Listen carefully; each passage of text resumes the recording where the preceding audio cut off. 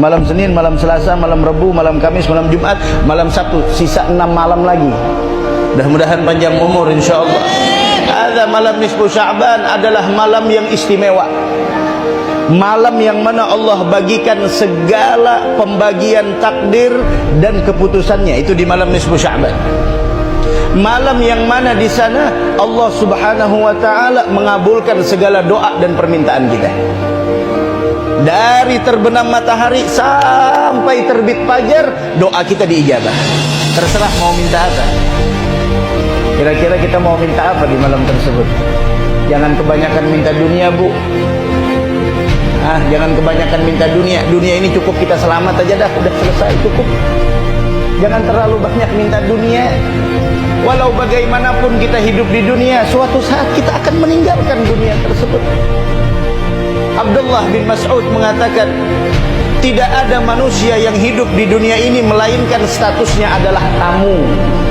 Jadi kita semua tamu di dunia. Dan sedangkan harta yang kita miliki adalah pinjaman. Kita minjam. Yang namanya tamu suatu saat akan pergi, yang namanya pinjaman suatu saat akan dikembalikan. Dari karenanya tuh malam nisfu Sya'ban, jangan banyak-banyak minta urusan dunia, minta keselamatan aja lah. Minta keselamatan dunia. Tapi kalau urusan akhirat tuh minta. Karena dunia kita udah dijamin. 4 bulan kita berada di rahim orang tua kita, udah kita sepakati semuanya. Tentang rezeki kita, tentang kehidupan kita, tentang jodoh kita, tentang berbagai macam apa yang kita hadapi, semuanya udah kita sepakati. Tapi urusan akhirah masih belum. Minta kepada Allah dari awal sakaratul maut. Minta kepada Allah ketika ruh keluar dari tubuh kita. Minta kepada Allah ketika kita berada di malam pertama kita di alam kubur. Minta kepada Allah keselamatan ketika menghadapi fatanul gabr, yaitu mungkar dan nakir. Minta kepada Allah ketika yaumul ba'di wan nusyur.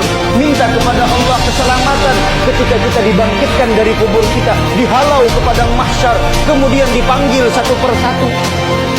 Belum kemarin memikirkan, Bu, waktu tanggal 14 Februari kemarin ada petugas-petugasnya kan di sana. Petugasnya dari malam sebelumnya, malam hari H udah bertugas sampai 1 hari 2 hari berikutnya. Itu yang dihitung baru 5 kotak.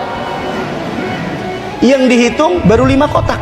Bagaimana dengan amal kita besok dihitung oleh Allah Subhanahu wa taala? Kasihan ada petugasnya yang muntah. Tidak sedikit yang meninggal dunia. Kenapa? Karena kecapean. Lelahnya luar biasa, padahal matahari jauh dari kita. Bagaimana nantinya besok di padang mahsyar, matahari hanya sejengkal dari kepala kita, menunggu dipanggil satu persatu oleh Allah Subhanahu wa taala. Fulanah binti fulan, fulan bin fulan, fulanah binti fulan, lil ardi 'ala Allah, untuk di sana mempertanggungjawabkan semua apa yang dia lakukan selama di dunia. Bu, hidup bukan hanya sekedar kita untuk poya-poya, berbahagia, bersenang-senang, akan tetapi akan ada kehidupan yang abadi setelah kita meninggal dunia nanti. Mudah-mudahan selamatan seberataan insyaallah.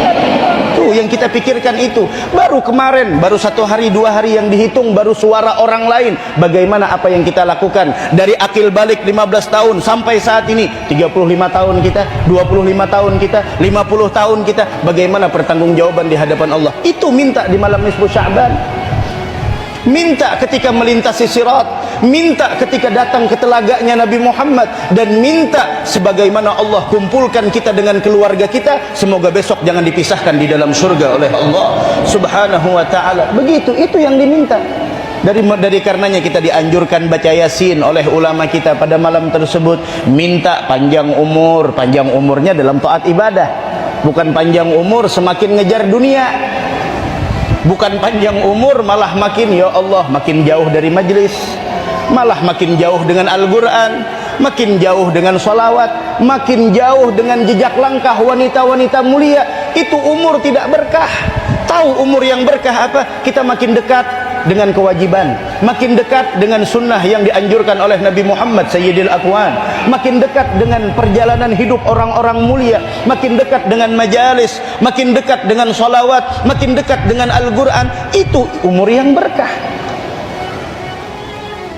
Minta panjang umur dalam taat ibadah kepada Allah, dihindarkan dari bala musibah. Tuh kemarin, Masya Allah, dah lama tidak dengar musibah yang semacam itu ada di Kalimantan.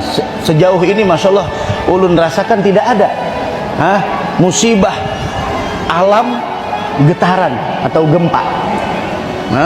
Gempa yang dirasakan oleh saudara kita yang di Kalimantan Selatan. Dan itu semua kenapa? Tidak lain, musibah yang ada, musibah bala malapetaka yang turun, tidak lain karena kemaksiatan yang dilakukan oleh manusia. Zaharal fasadu fil barri wal bahr bima kasabat aydin nas. Nampak kerusakan baik yang ada di daratan ataupun yang ada di lautan. Tahu itu semua karena apa? Karena ulah tangan manusia, kebanyakan maksiat. Jangan dikira maksiat yang kita lakukan di sini maka musibahnya kita rasakan di sini. Bisa jadi musibah, bisa jadi maksiat yang kita lakukan di sini maka musibahnya dirasakan oleh saudara kita di belahan bumi lainnya. Maka jadilah manusia yang bermanfaat buat orang lain. Tuh. Kemudian lagi niatnya nantinya adalah dipimpinkan nantinya jangan sampai di sana kita jangan sampai mempunyai ketergantungan dengan manusia.